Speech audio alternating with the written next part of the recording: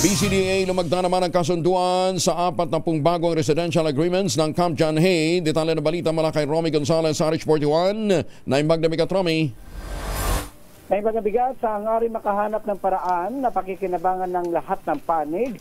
Lumagda ang Bases Conversion and Development Authority ng higit sa 40 subleases ng Camp John Hay Development Corporation para sa panibagong alituntuin sa pag-upa sa forest estates, country homes, golf estates at forest cabins sa loob ng Camp John Hay. Tuloy-tuloy din ang pag-usap ng BCDA sa iba pang stakeholders para makabalangkas ng bagong kasunduan para sa kanilang residential leases sa Camp John Hay.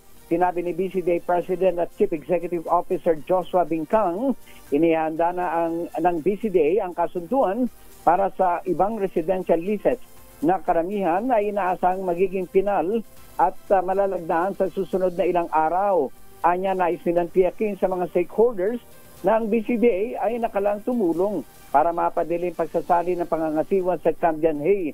Samantala, nakatakda magsagawa ng pagsusuri ang BCDA sa Camp John Hay sa higit 25 taong komprehensibong master plan para isunod sa United Nations Sustainable Development Goals at hangad ditong gayahin at makamit ang mga nakamit na tagumpay ng Bonifacio Global City sa Taguig at New Clark City sa Tarlac sa pamagitan ng implementasyon ng infrastructure projects at magdala ng high-impact investment na makapagbibigay ng socio-economic opportunities para sa local community na paganahin ang BCDA para makapag-ambag ng higit sa ng higit pa sa kaban ng ating bayan.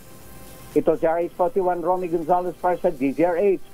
Una sa Pilipinas, una sa Pilipino. Maraming salamat Romy. Jose Aguina.